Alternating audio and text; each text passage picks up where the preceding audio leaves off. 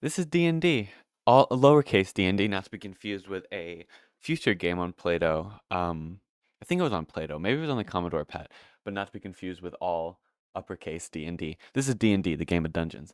Um, oh boy. So this is a very large step up from Petit 5. Um, in many ways.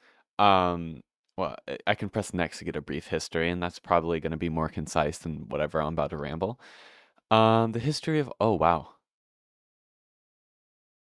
Um, yeah, there's a lot to read here.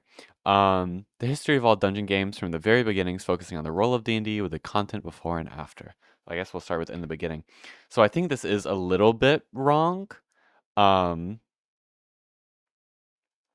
because I know, for instance, I mean, it's all very confusing, but I'm pretty sure that this was being developed, and while it was being developed, Rusty made Petit 5 when he heard it was being developed because it was taking a long time to develop. But let's see what this has to say. Is and was an important part of history of role-playing dungeon games, in which many other dungeon games on Plato played their roles, so to speak. Some of the following information is common knowledge and therefore possibly wrong. The rest is to the best recollection of one author of D&D and is therefore a lot more likely to be correct when it relates directly to D&D itself and games on Plato. All started when Gary Goddix and Dave Anderson developed their face-to-face role-playing game rules, first in rough form as chainmail, slightly wrong, in a more polished, complete form as the booklet Dungeons and Dragons. I don't think Dave Arneson, Dave Arneson didn't have anything to do with chainmail, or either the other way around. At this time, Plato was a very powerful computer mainframe located at the University of Illinois Urbana-Champaign, with terminals connected by dedicated phone lines to universities all across the country. Some of those universities included Southern Illinois University, in Carbondale, Indiana University in Bloomington, and Iowa State University. Plato was designed and intended for the delivery of lessons to students as serious academic study and coursework. However, the power of interactive computers and graphical terminals quickly inspired a variety of games. With the popularity of D&D, was a natural that on a dungeon simulation game would be created based on Gary Gygax and David Aronson's rules. The first known dungeon was written in Petit 5. Okay, so this does seem to be slightly up to date of our information right now. La la la, we played this game. For a long time, perhaps decades, it was common knowledge that someone created the very first dungeon simulation game in a lesson called M199H, which was not created by the account director for the purpose of gamers playing games. When it was discovered, it got the axe. Unfortunately, little else was known about M199H, either the author or what it was like, and no other copies exist. But wait, in 2023, documentation on actual paper and photos of them surfaced provided by Don Gillies, who had actually played M199H and made notes of what it was like. He included monster lists and then carefully copied pixel for piss for piss images of the monsters. It turns out that as far as can be determined, M199H was a copy and enhanced version of Petit 5 using many of the game's monsters and spells but with additions. Thus, it was certainly followed Petit 5 rather than preceding it, and the common knowledge was wrong. Weisenhunt and Wood, the very first lesson space created with the specific intent of being a dungeon game, with the knowledge and consent of the account director who created it, was named D&D, and it has never been deleted since, existing in some form on the computer system since March 4th, 1974. The very first original game of D&D sprang into being as the brain. Sorry, my voice is fried. Hold on. I do want to say, by the way, I have a lot to say about the history of Plato that I've been reading about in the Friendly Orange Glow, but I'm probably not going to get to saying it this episode because I'm learning the game still. Um, Anyway, the very first original game of D&D sprang into being as the brainchild of Gary Weisenhunt and Ray Wood, who were students at SIU, so Southern Illinois University, in 1974. Having played the earlier game Petit prior to its deletion, they were inspired by it to do better. So yeah, that I'm pretty sure is wrong. I'm pretty sure what happened. Well, I described it earlier. I'm not gonna say it again because I don't have the fucking brain power. I'm tired. The goal of the Weisenwood dungeon, as it was known, was to confront the dragon guarding the orb, defeat it in battle, claim the orb, then succeed in getting the orb out of the dungeon safely to win the game and retire to the Elysian Fields. To aid the player's quest, the Excelsior Transporter, somewhere in the first level of the dungeon, would quickly take the player deep into the dungeon, thus bypassing levels which have already been mastered.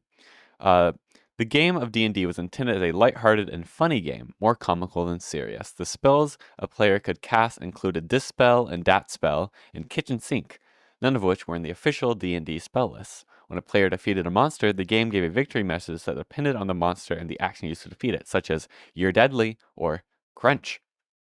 One monster was Glass, a prototypical nerd.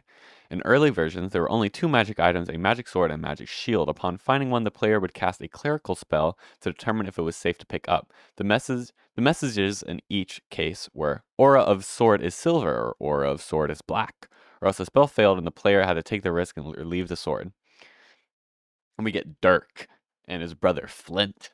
While this was going on, Dirk Pellet was playing D&D at Caltech, playing SPC War and Wumpus on a DEC PDP-10, programming it in Fortran to play Minefield, and mostly ignoring college classes. In the fall of 1975, he attended ISU instead and discovered what a real computer was like and what real games, including D&D, could do. He made a few hundred or several dozen suggestions to Gary and Ray for ways to improve the game, and they granted him edit access to implement them himself, which he proceeded to do beginning probably around December 1975.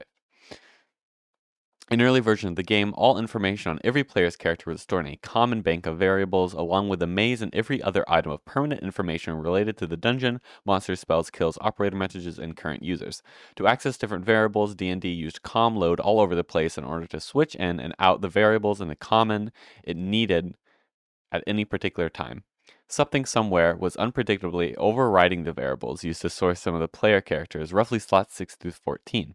Because people who created characters in these slots complained, and in weeks of hunting the bug was never found, Dirk put in a kludge, I love the word kludge, by the way, so all characters in this slot would be named Ghost, and could be created and run, and eventually randomly wiped out by anyone, but could not have the name changed and could not win. The bug was only squashed by a complete rewrite that eliminated all comload commands from the entire program. This D&D author still suspects a system bug in the comload command.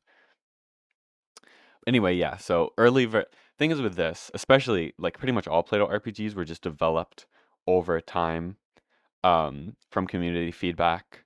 But especially this game had some pretty major changes between versions. Early versions of D&D stored all information on the player characters, dungeon mazes, and parameters of the game in a common bank of variables, which set severe limits on the maximum size of the dungeon and the amount of information that could be saved about each player's status within the dungeon, as well as severe limits on the number of different players who could expect to have their status saved at all. One high priority enhancement was to move the data about the mazes and the player enhancements out of the common and into the separate files called datasets. Once that step was taken, it opened up considerably more space for status information about each player, as well as a large number of players who could permanently store a character and expect to find it back when they return to play the game later. Some features added to make use of the extra space included permanent stashes of gold in the dungeon that a player could add more and more gold to, or take gold from during a trip and even across many trips to the dungeon. The extra space also allowed a fix for one of the many vexing problems in any dungeon game, backouts. If the player met a monster too powerful to defeat and hit Shift Stop to leave, Pettit would just kill the character automatically. If Shift Stop didn't kill the character, then the character could never die to a powerful monster, always having a trivial escape. But often Play-Doh shut down unexpectedly, killing off a player who had done nothing wrong. Every dungeon game has had to deal with the problem one way or another. In D&D, the player died when backed out while facing a monster. Extra space, at last, allowed a better solution: save all information about the monster and restore the encounter when the player returned to play the game. Dirk also added dozens of new magic items, including magic potions, magic books, and more permanent and temporary items to perform various useful functions that made sense within the game. So added 4 or before version 5.4, another treasure chest, elven books, magic armor, magic rings, bag of holding. Among the new items was the genie lamp. In the program, the lamp had only had only two uses. While the player had it, the genie carried an extra 40,000 gold, and in a desperate situation, the player could wish themselves out of the dungeon. After using the life-saving wish, the genie would be gone, along with all of the gold the player found that trip, but it was better than being dead. Another use of the genie was making a wish to the game developers by term comment to write a note. The genie lamp could be exchanged for nearly anything that could be granted: more hits, a different item, a few levels, and so on. The operators would only add 1 plus to powerful items or a couple pluses to standard fare. Excessive wishes, including the orb or grail, would be punished by an angry genie or other items taken to pay for it. Gerald Lucian, a friend of the game authors, once made a wish. I wish I was an author. He meant, of course, being added as a game author. Instead, the genie granted his wish. For a week, one book in 5 found in the dungeon by anyone was The Life and Times of Gerald Lucian by himself. So as you can see, this game is a lot more in-depth, complex. There was a lot going on in this fucking game. Among the universities connected to Plato was Purdue University. In the fall of 1976, Daniel Lawrence arrived at Purdue as a freshman student, found the Plato terminal, and played numerous games. At some point, he made a blatant copy of D&D on a DEC computer without the knowledge or permission of any of D&D's original authors. It became popular, and possibly because it copied good ideas that were already popular, and spread to other places with DEC computers, always with the author credited as Daniel Lawrence. He later created and successfully marketed Talon Guard, based on the ideas in D&D without the knowledge or permission of D&D's authors, and without sharing with them any of the money he got from it. Years later, various web pages about the history of computer games and of dungeon games in particular claimed that the authors of D&D on Plato had copied Daniel Lawrence's game of D&D. When asked about it, he claimed to have never seen D&D on Plato, and that he wrote it himself with nothing to refer to.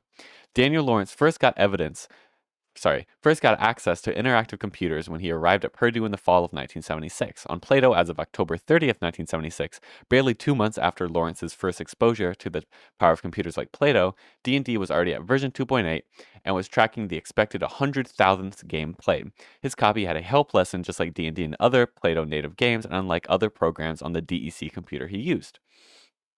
His copy had players press arrow keys, just like D&D and other Plato native games, and unlike other DEC programs. The arrow keys were X, A, W, and D, exactly like D&D and all other system software and Plato. For example, from author mode, press Q and enter term cursor. And unlike other DEC programs, Plato key sets had arrow keys on those keys, unlike the keyboards on the DEC computer he used. His copy had an Excelsior teleporter to allow players to descend deep into the dungeon quickly, and the goal of his copy was to find and captured the orb, which was guarded by a dragon, all taken from D&D on Plato. Sometime around 1977, Robert J. Woodhead, who was not affectionately known on Plato as Balsa Brain, through means unknown to D&D authors, obtained a copy of the source code to the different version of D&D, to the current version of D&D, probably 6 or 7.0. He created his own game from it in a file called Sorcery. It had essentially all the same features of D&D, except the messages, monsters, and magic items had different names and pictures. Apparently, the illicit copy hadn't included the character set. The elven boots were socks, among other alterations. When the D&D authors were informed of the existence of Woodhead's copy and took a look at it, including looking at the source code in monitor mode with a concerned sysop, the copy was promptly deleted, and Balsa Brain learned that if he wanted to plagiarize Plato games, he would have to do it off of Plato. He put that lesson to use by plagiarizing Oublouette when he created his game of wizardry and began to market it. Oh, that's so fucking funny.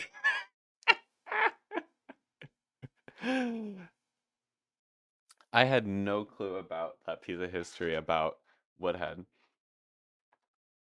Well, that's fucking hilarious. That he plagiarized fucking D&D. Oh, that's so funny. In a probably unrelated incident, a friend of one of the D&D authors discovered a dungeon game being sold in the computer store where he worked. Recognizing a lot of familiar phrases, he asked the D&D author about it. It was yet another copy made without the bother of asking permission of D&D authors or even informing them of the game's existence, let alone sharing the profits. It used all of the same monster spells and items as far as could be determined. It ran intolerably slow on the personal computers of the day, but it was clear enough that no creative thought was put into it. The publisher of the game never replied to the letter asking about the source of the game they had published. So yeah, there was it's got a lot of history. And how do I go back? F8. But the amount of history only slightly compares to how long this game can be. So, the original version, I'm going to be playing. So, as you can see here, it has 2 versions available for play. It has 5.4 and it has 8.0. It has a help file for version 6.0 beta, but there are, it's not playable. Excuse me. But I'll be playing the first version. So basically the first version here was mainly developed by what the fuck were their names? Um, hold on, I'm working on it. It was develop the. I'm working. What the hell is the guy's name? The first version available here was mostly developed by Gary Weisenhut and Ray Wood. The second developed, oh, fucking hell, I can't fucking speak today. The second version here was after Dirk and Flint took over control of development, so it has a lot of changes, both good and bad. But for mainly one reason, I'll be playing the first, for two reasons.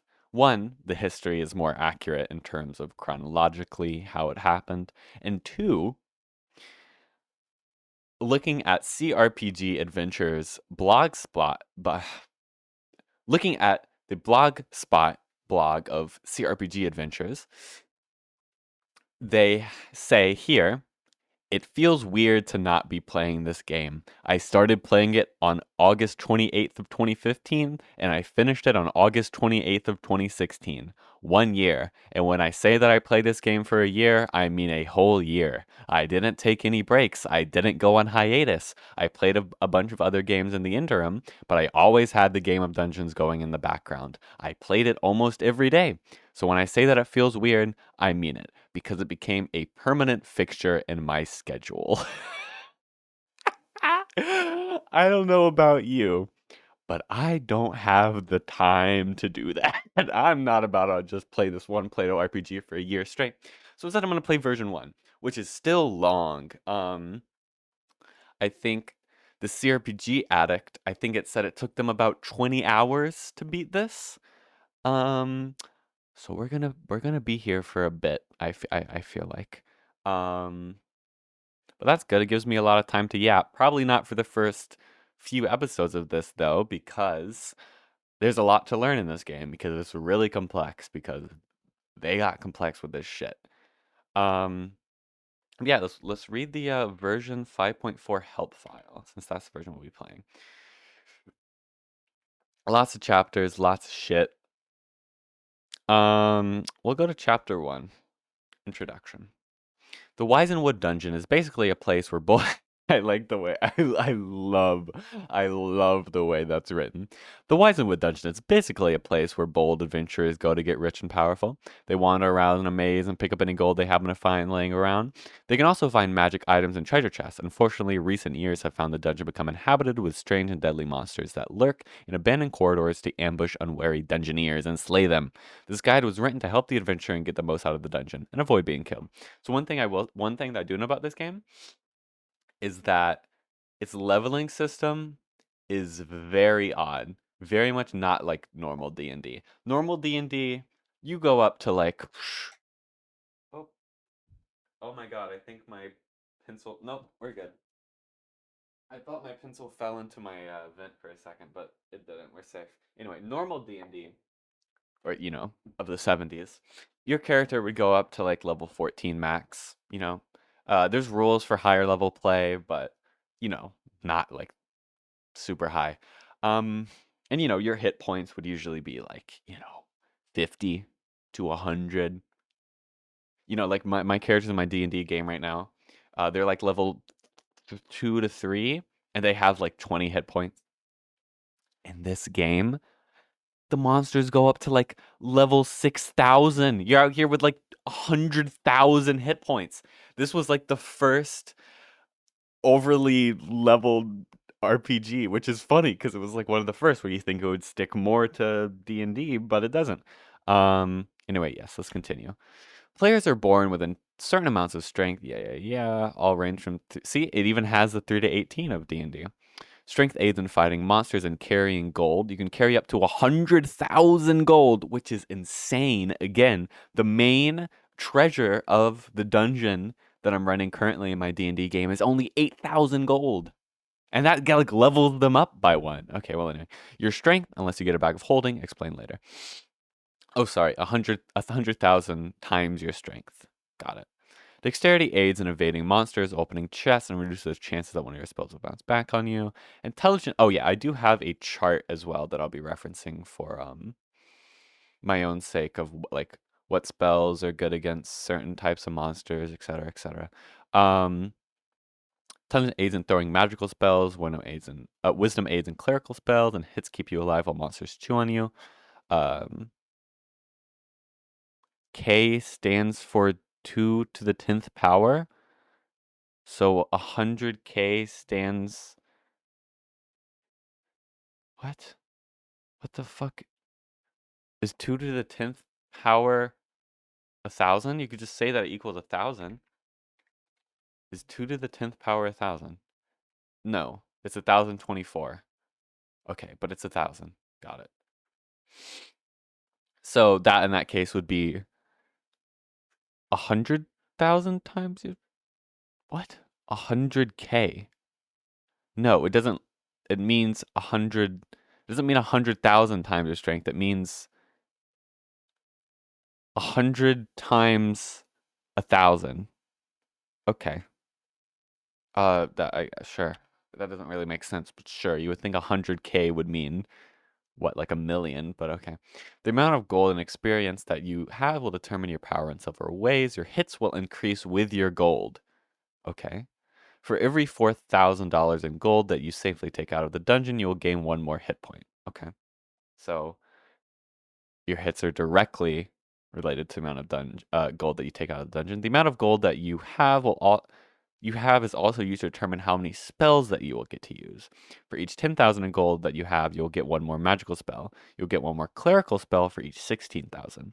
Once you get up to 25 spells, though, you can't ever get any more. Unless you get a potion of spell storing. Your level is the amount of experience that you have divided by 10,000 rounded down. For example, if you have 28,000 in experience, you are a level 2 character. At 30,000, you are level 3. Very weird, but okay. Your levels will determine how much damage your spells do to monsters. Okay. The dungeon is a maze of corridors. Yeah, so one thing I do know about the dungeon is there's a lot of teleporters, so you get lost. You can get lost really fucking quickly. The dungeon is a maze of corridors and rooms which the player must find a way through. Moon is via the arrow keys for normal movement and shifted arrow keys for breaking through doors. Better than B. Also, you have other ways which are explained in another section. There are walls, open spaces, doors, transporters, pits, and secret doors in a maze. Doors look like this. Secret doors and walls look like this. Okay. You'll never see the secret doors. So the only way to locate them is to bang on the walls until you have them all located. The pits, transporters, and open spaces all look the same, just like an open space should look like. The pits are worth a fair warning. If you fall into a bottomless pit, you will have to be lucky to come out at all. You will have a chance to grab and hold on each levels below the one you fell from, and you will have a better chance putting it on your dexterity and strength. Transporters are the main means of going from one level to another. The transporter will either be an up transporter or a down transporter, which will determine which level you end up on. The transporters are always in the same place, but they will not always get you to the same place. Fucked up. Somewhere in the upper levels of the dungeon can be found the Excelsior transporter, useful for going many levels deep quickly and safely. The transporter is rather a crude device, so it'll take some damage when you use it. You will take more for longer times in the transporter. Okay, yeah. So one thing, you do have less enemy types than Head 5. Monsters will appear randomly in the dungeon. When you meet a monster, you have 3 choices. Evasion is an attempt to outmaneuver the monster. Your success is related to your dexterity and the amount of money you are carrying. For every 5,000 gold pieces with you, your dexterity is cut by 1. Okay. High strength will decrease the effect of gold. Also take into consideration is if you are walled in, i.e. if there are no open spaces next to you. If you are, your chance of evasion are 0. Fighting is an attempt to kill a monster with a sword. Of course. Also, it still just plays out the whole combat in one, scenario, or in one go. There's no steps to the combat. Magic and clerical spells are your principal weapons. These 2 types of spells are all or nothing in damage. Sleep works automatically on level 4 and less, so slightly similar to Petit 5. Petit 5 is level 3 and less. But it becomes pretty useless pretty quickly from what I understand, because I said monsters get up to like the level thousands, and it doesn't scale, so.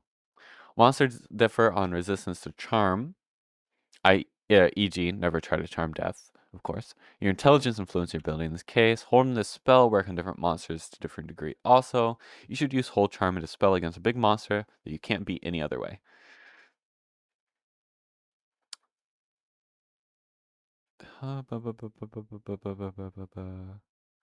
This data-driven gamer blog says the all or nothing spells in general seem to not be worth it.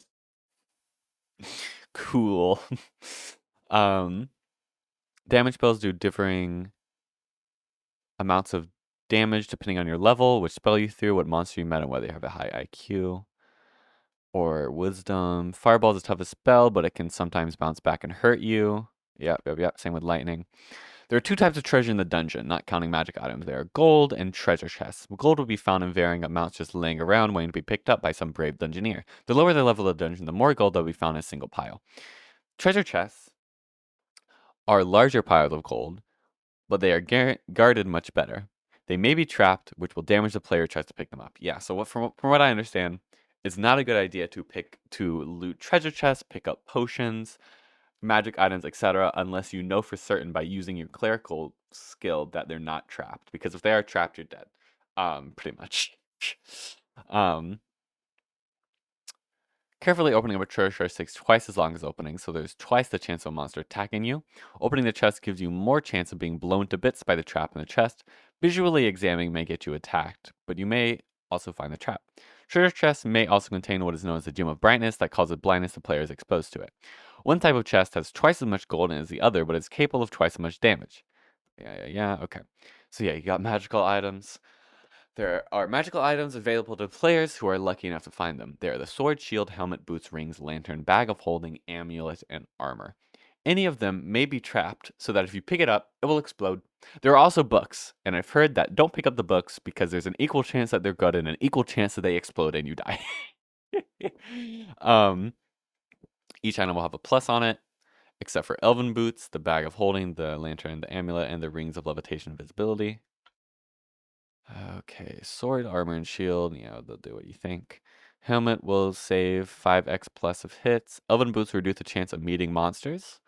Magic lantern will let you see secret doors. An amulet will tell you how strong the monster that you are facing is relative to you. That's worded very weirdly. And also give you information on locations of teleport. So that's pretty useful.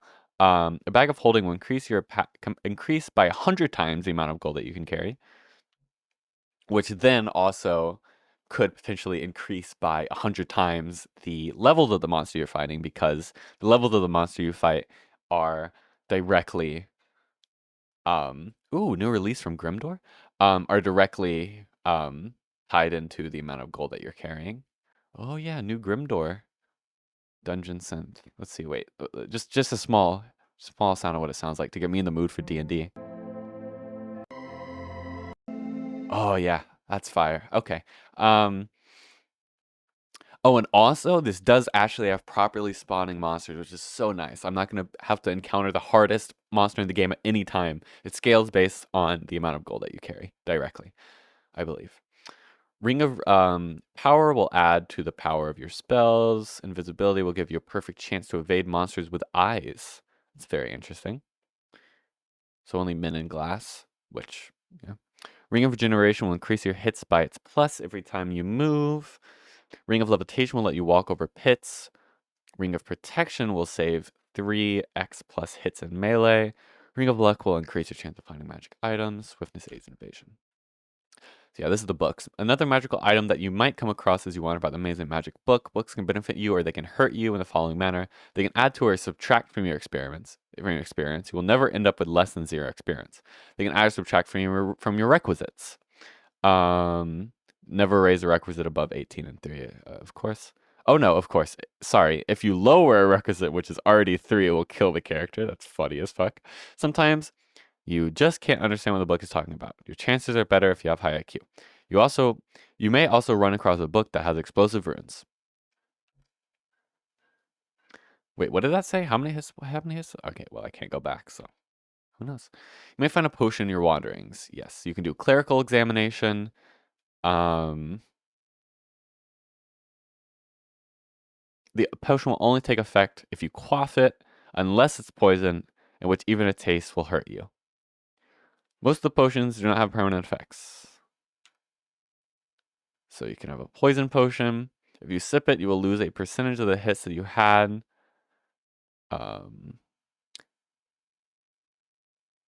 Spell storing will give you more spells to use, but not over 30 of each. And if you leave, then they are gone. Strength adds 1 point to your strength permanently. If you're healing, if you're wounded, this potion will give you some hits back. Yeah. Experience potions, treasure finding, levitation, invisibility, monster control, water, astral form. Is the most powerful of the potion in the dungeon, but you may not always want to use it. If you quaff this one, you become an astral form until you leave the dungeon and the potion wears off. This means that you also have levitation and invisibility, and you have the power to move up and down levels by using the plus and minus keys. You can go through walls and not use any spells when you press P. Astral form is most useful for exploring. There are some problems though, since your body is no longer solid, you won't be able to pick up any gold, chests, or magic items in this trip. If you are carrying any gold while you quaffed it, you will drop it, and you won't be able to carry the orb either.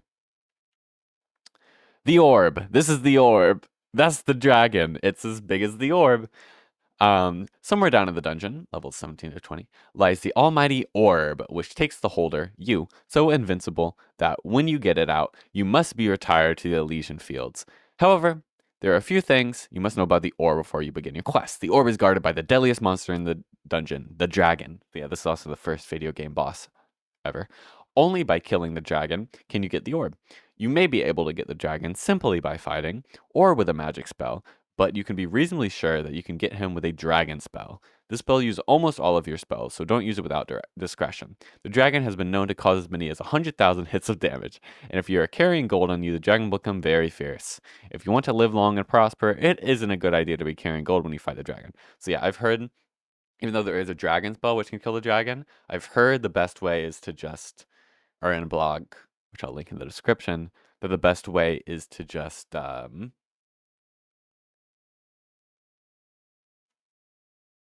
use like a normal spell, because you'll still probably kill it, but then also you won't lose all your fucking spell slots. If you don't want to fight the dragon, you can always evade, since the dragon won't chase you. Yeah. After you get the orb from the dragon, you will be descended upon by all sorts of monsters that have been waiting for a chance to get the orb. When you get the orb, you will have your name inscribed in the Hall of Fame. At the present time, we do not have enough space available to save everyone's characters.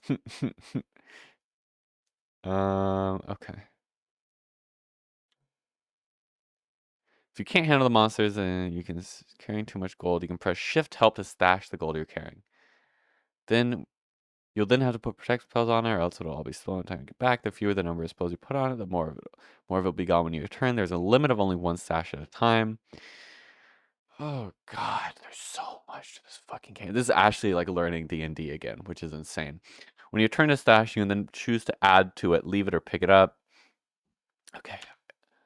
Several other options. G, you start each trip picking up all the gold you can get your hands on. However, the more gold you have, the worse monsters attack it. G toggles between leaving gold and grabbing it. If you want a challenge or want to move through the maze faster, M will toggle plotting it. S, this will toggle whether you have the names of the spells shown when you throw one.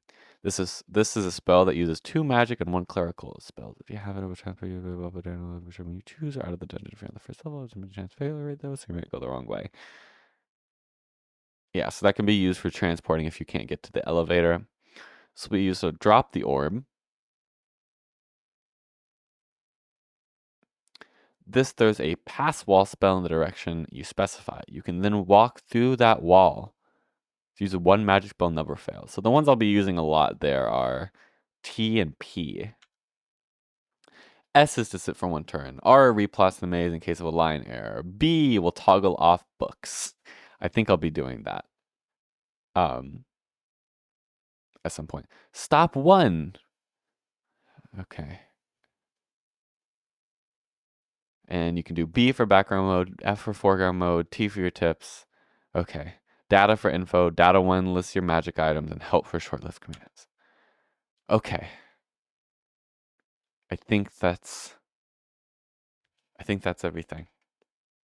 I think we can actually play the game now. 30 more minutes left to play the game. Actually, I will be right back. I'll probably have to either in the episode earlier, pause later on to eat dinner, but for now, a Dungeon and Dragon game pitting the player. I like Dungeon and Dragon singular. Okay. Game has been played 431,000 times. Yeah, let's enter. Okay, lab to reroll. Yes, I would like to do that. Oh, and you can even press back for previous values. That's incredible. Okay, what's the lab button? F7. 18 wisdom is pretty crazy. But I mean, I can just roll super easily. Okay, that's shit. Okay, that's almost incredible, but that strength is again almost incredible, but I can't look at that hits. That's too little. No, I can get better than that. 3 intelligence? Come on, we can get something good.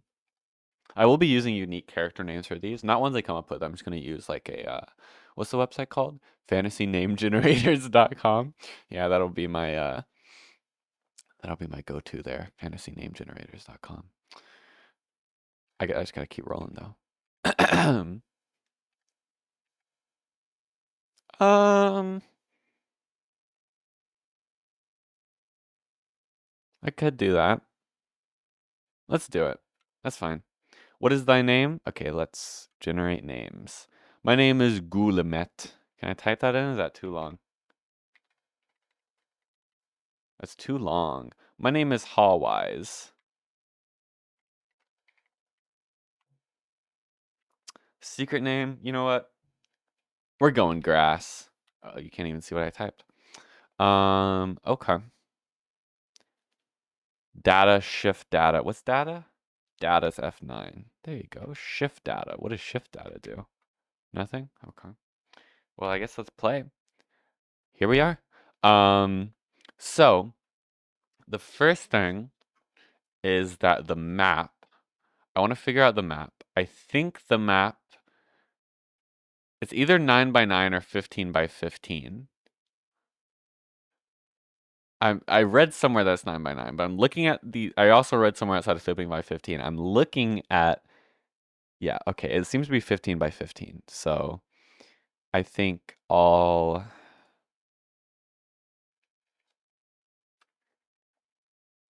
could this be split up, my map here? I think, well, how many squares is this?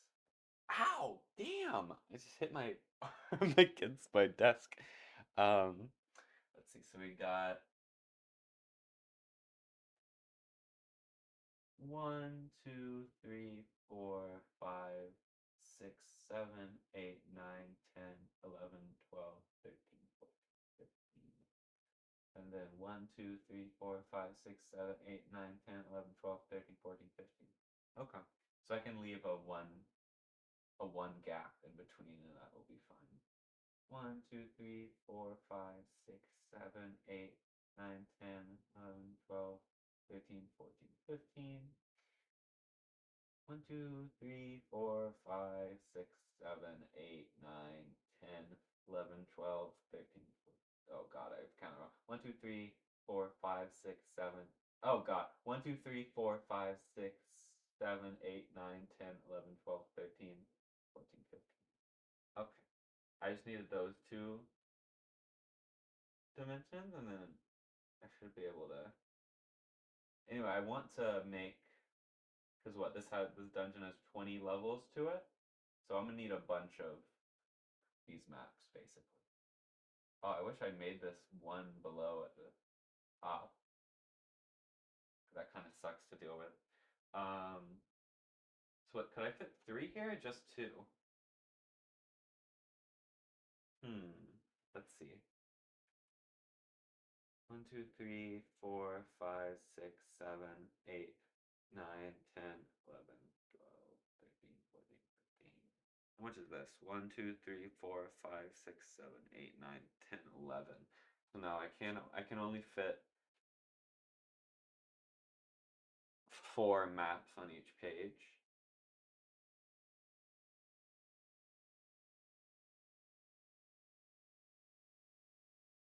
Good to know though. So I should be able to center them on future maps and not make it look this shit.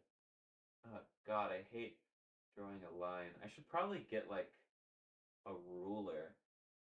Oh no, I fucked up the lid. Should probably get a ruler so my lines can actually be straight. I would probably. That'd probably be smart. Can you even hear anything I'm saying, or am I too quiet? You know, I could. No, I can't really move my microphone actually. Okay, there we go. Ah, okay. So I guess I'll start. I guess I could label them in some way at some point. But here, let me get this looking better here. Okay, there you go. Okay, so I don't know where I am in the dungeon is the thing, and that kind of pisses me off because I want to know where I start. Oh, wait, 15 by 15 is version 2 or version 8. Oh, shit. I might have just done that all for nothing. Let me check. What's the map size on version 5.4? Does it say? Um,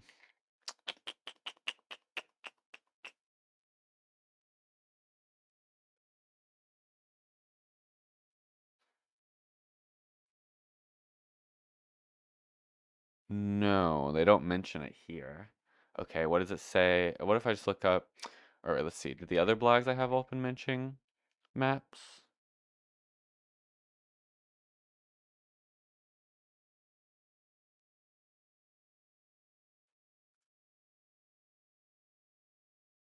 This one doesn't. This one doesn't. Okay, let's look up, what is this?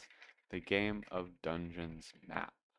Or I guess, I just want to see what the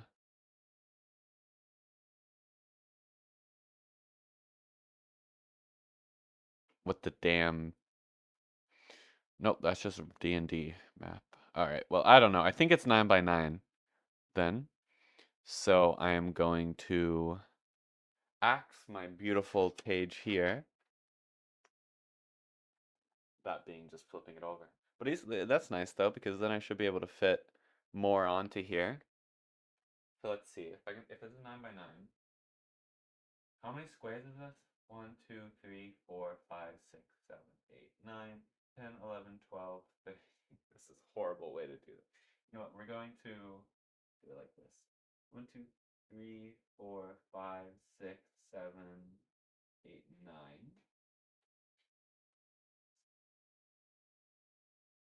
1, 2, 3, 4, 5, 6. Is that 9? 1, 2, 3, 4, 5, 6, 7. How the fuck did I fuck up that badly? What? 1, 2, 3, 4, 5, 6, 7, 8, 9. I would understand if my counting was off by 1, but off by 2 is kind of like a stroke. I feel like I'm having a stroke. Okay, there's that. Should be able to fit 1, 2, 3, 4, 5, 6, 7, 8, 9.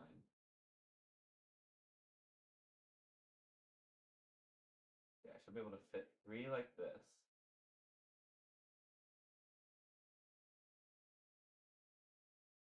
Oops. Can you see my head? No, you can't. I feel like you should be able to see my head though. How can you not see my head? Where the hell is my head? Oh, there's my head. See, do you see my headphones? Hey, look at my headphones. I don't know why I have my headphones on. Actually, yes, I do. I took them off and I immediately remembered why I have them on. Because when I have my headphones off, I can hear myself speak way too loudly. And then I speak a lot quieter. When I have my headphones on, though, I'm like muted in my brain. So then I speak at like a normal volume. With my headphones off, I speak like super quiet. Okay, anyway. Um, 4, 5, 6, 7, 8, 9. Oh my God, I can't draw these damn lines straight. I need. Okay, but my headphones are hurting my ears. Let's see. Do I have like? I don't have like a straight thing. Actually, I have this book here. In this book, you see how shitty this book is? I don't think. I mean, better than nothing, I guess. That kind of works. This is kind of like annoying to do though. Ow. Okay, you know what? Before I map out the rest of these, I might as well actually play the game, or I'm gonna spend this whole episode making damn squares. Okay, there you go. Let's play. So where am I? 'Cause I'm clearly not. I don't know where I start. So I don't know where I'm supposed to start mapping. Okay, these headphones are really hurting my ears. God damn. What the fuck?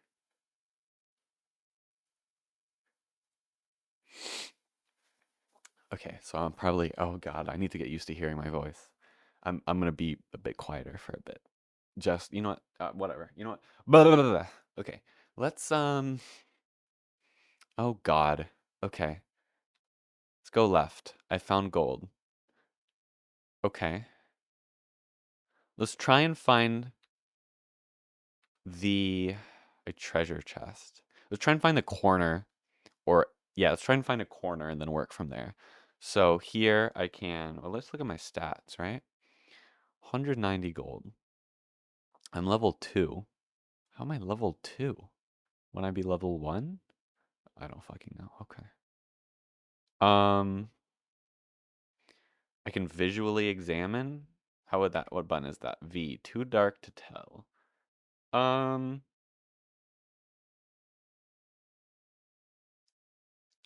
what does leave it open mean? L. Oh, it's a glass. Okay, what do I do against glass? I pray. Do I have a cleric spell? You do start off with a cleric spell, so I can pray against the glass. You're deadly. I killed him. Okay, the treasure chest disappeared for some reason. Is that the corner? Or is that just a... Okay, so it's shift to go... Oh, God. Level 2 man? How do I leave the dungeon? Maybe I do start at the start of the dungeon. What is this, a man? So apparently the right spell for the man is exercise, but I don't have any cleric spells. You know what, let's fight it and die. Because I need to... I'm still trying to figure out what's going on here. Okay. Let's roll a bit more. Wait, let's get the name generated. My name will be Ismana. That's a cool name.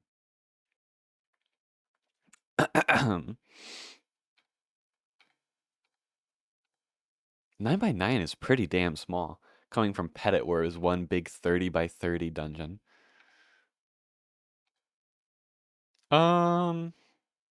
Yeah, that's good. How do I start? Next, take these values. My name is Ismana. Okay, let's do it. Wow. Okay. Hello there, level 1 ghoul. Seems praying is the way to... So is there not... It doesn't seem like there's advanced or basic clerics. So what is this? Okay, this is the dungeon. No door there. What? Oh God, I just went through a teleporter already. Oh my God, there's too much going on. What do I do to you? A glass? I pray against the glass. Well, I don't have any cleric slots, so I'm gonna fight the glass. I skewered the glass. Where in the fuck am I? What the fuck is going on? I don't know where the hell I am. Ghoul? I don't have a slot. What the hell? How do I leave the dungeon? I can't find the exit. Okay, this is a really good character. I mean, 2 18s, even though those only had 5 hits. I mean, I can level up hits, so I might as well just do that. Oh, my name? My name's obviously going to be Bella, of course.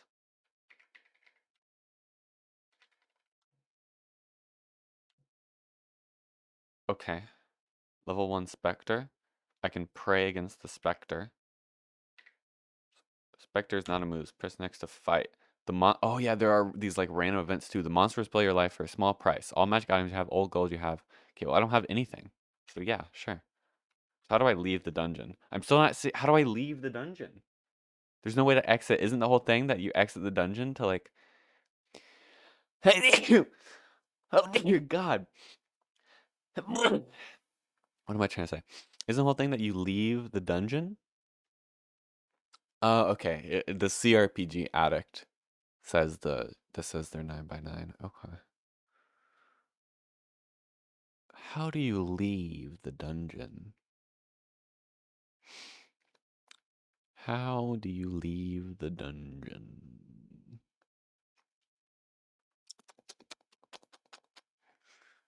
I'm not seeing anything about how to leave the dungeon.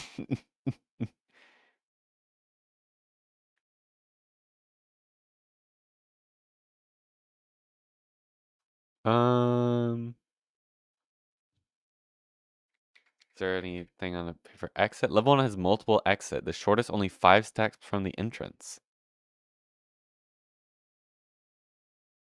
Where? Oh. Okay, wait. I thought that the invisible, like the walls that weren't rendered. Oh, by the way, you can see the light from my window. I thought the walls that weren't rendered were a rendering bug, but I think those are exits. Okay, well, let's try visually examining it. Okay, then let's open it. I died. Okay. I died mercilessly. Let's see. Let's have the name Isilt. That's a cool name. Isilt. Okay. Immediately a ghoul. That's lovely. Let's pray.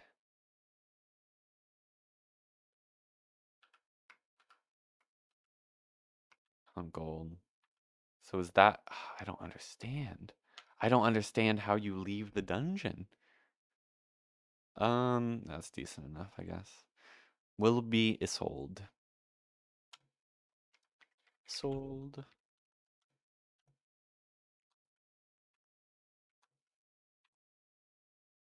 Okay. What? I just walked forward and I went to like another dimension. What do you mean a level 3 wizard? What the hell? Can I evade? Okay, I evaded. Oh, the way the map is rendered is fucking me up. I don't know what level I'm on. I don't know. Okay, I'm on level 2? How did I get to level 2? What the fuck? Oh my god, level 4. What the fuck is going on?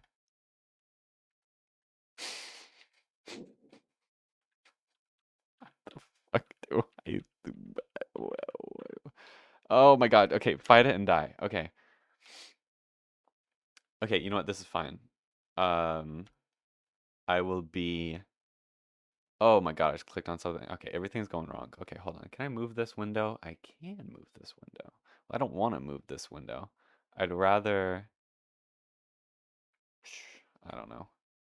Okay, I'm Lynette, I guess. Yeah, I'm Lynette. Okay.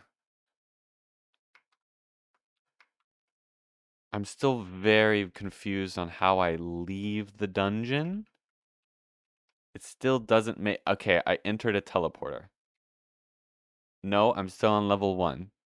What the fuck is going on in this fucking game? I have 0 hits? How the hell do I have 0 hit points? Wait, I'm back here. Then what? Was this a secret door? What? Oh my god, I just entered the door into the same door. This shit is... Wow, they weren't lying when they said that there are fucking teleporters literally everywhere. How do I leave the dungeon? Oh my god, I just teleported to a new room. How do I deal with a wizard? Light candle or hold? Well, I hope it's a magic spell. Light handle or hold? It's neither. Well, I'll fireball you. Okay. How the fuck do I leave the dungeon? How do I leave this room. Ghoul.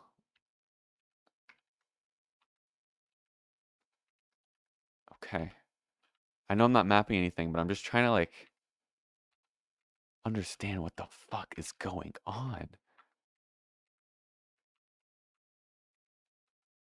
Am I like on like level 8 now? How am I still on level 1?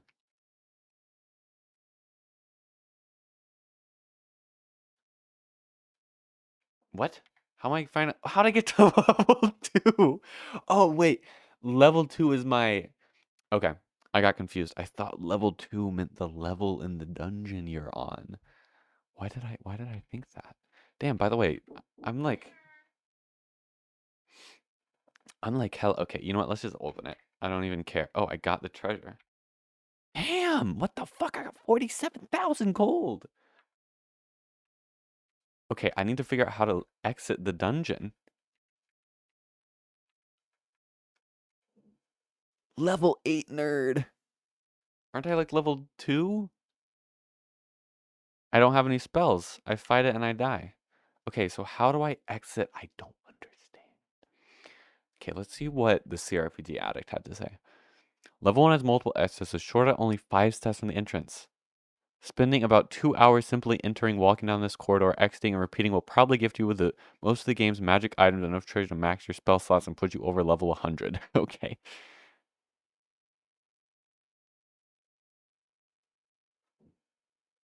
But where do you exit? Am I insane?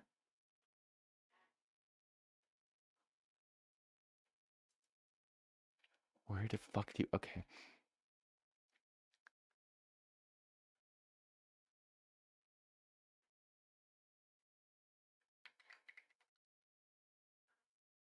There's a pass wall spell. Oh my god, okay. I can't figure out how to exit. Okay, I'm gonna end the video soon, but I wanna like I just wanna learn a bit more about what's going on. I'll be Isabel with a Y.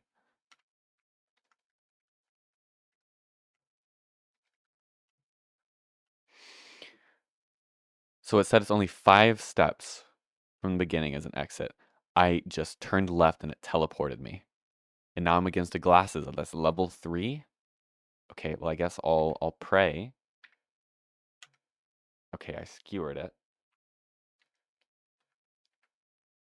A book. I'll leave it. Found gold. I'm not seeing an exit that's only 5 from the thing. I don't understand. What are you talking about? There's an exit only 5 steps from the start. How? Oh my god, there's too much going on. Where's the exit only 5 steps from the start? Please tell me. I would love to learn of this knowledge. A pit.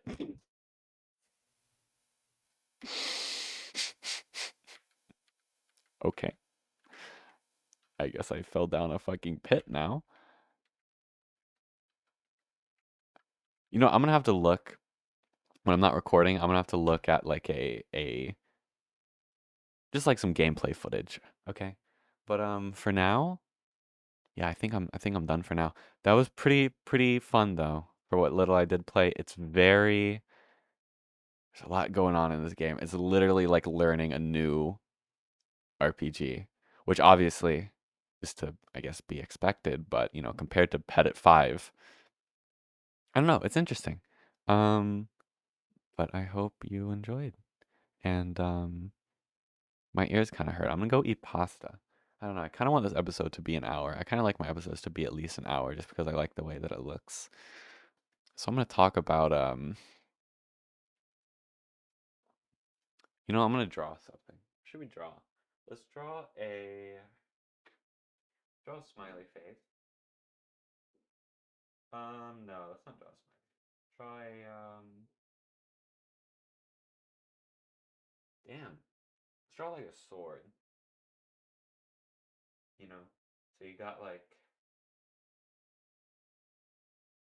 that, right? goes like there. It goes up, dash point. There you go. Sword. Oh, you can't see it. Sword. Wait, I can lift it up to the camera. Oh god. It's gonna be upside down. But look, sword. I guess it doesn't matter if it's upside down because it's a damn sword. Anyway, okay, goodbye. Next episode, I'll hopefully kind of know what's going on a little bit better. But thank you.